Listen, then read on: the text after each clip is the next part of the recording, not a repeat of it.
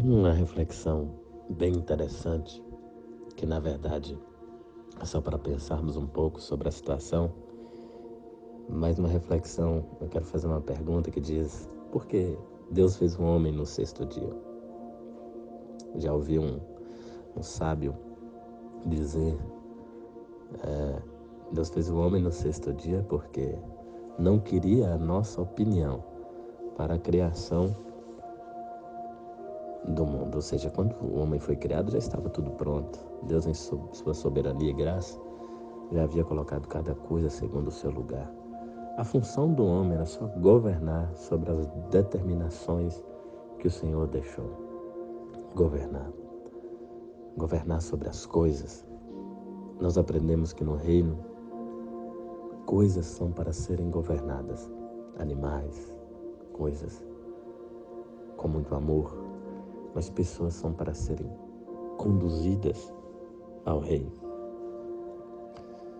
E é interessante que o Senhor instituiu esse sacrifício desde o Éden. Na verdade, esse sacrifício, a Bíblia vai dizer que o Cordeiro foi morto antes da fundação do mundo. Já o sacrifício foi uma coisa criada por Deus, a qual nós, homens, precisamos obedecer e não precisamos dar nenhum tipo de opinião sobre. É interessante que ele institui nesse versículo sobre, a gente vai perceber a preocupação do nosso Deus. O povo, ele não quis obedecer um sacerdócio universal, então se institui um sacerdócio nacional para este povo. E a preocupação desse Deus, desse Pai, que se preocupa com cada detalhe de situações do seu povo, estabelecendo de maneira clara todas essas leis. Quem sabe, se o povo tivesse escolhido ser um sacerdócio universal, seja imprimidos nas tábuas do seu coração essa lei, mas não foi assim. Não havia no coração do povo um relacionamento como vimos com o Pai. Foi estabelecida essas leis para que o povo pudesse viver, para que pudesse trazer um alinhamento sobre o povo. Interessante que em holocausto, o que é holocausto? São ofertas queimadas, totalmente queimadas. Interessante que ele dá uma direção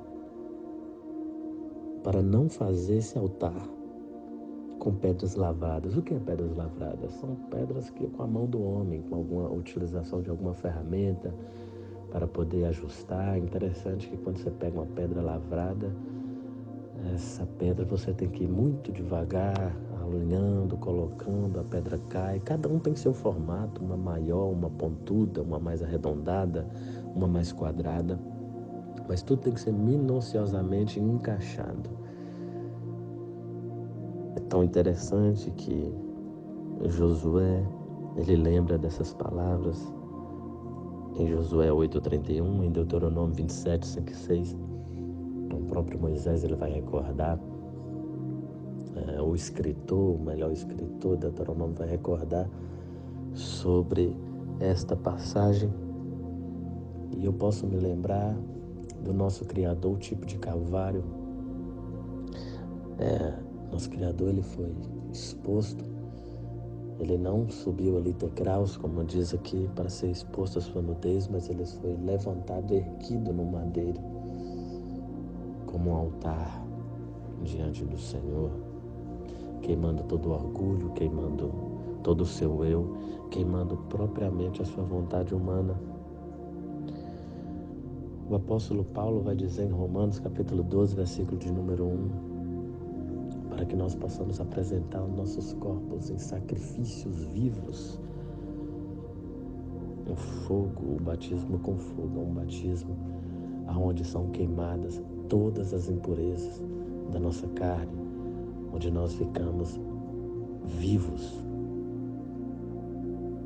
Assim como Isaac estava pronto para ser sacrificado diante daquele altar. E é tão interessante que a vontade do Senhor é que não se coloque nada formatado pelo homem. Aqui nós podemos perceber que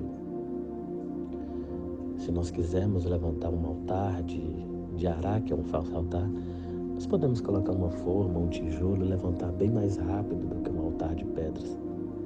Eu enxergo a igreja como um altar de pedras.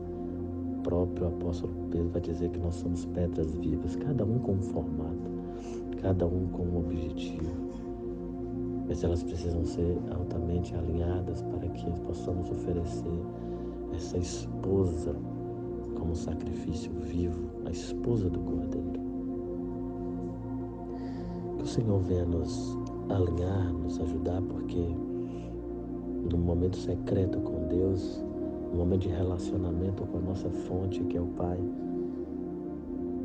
não haverá nenhuma formatação humana, mas nós construiremos o altar com pedras brutas, lapidadas não pela mão do homem, mas pela mão de Deus, para que possamos nos deitar em cima do altar e oferecer os nossos corpos como sacrifícios vivos. Sendo assim, automaticamente não nos conformaremos com os padrões desse mundo, mas transformaremos a nossa mente para experimentar a boa, agradável e vontade de Deus. Aqui está o caminho. Deus continue te abençoando.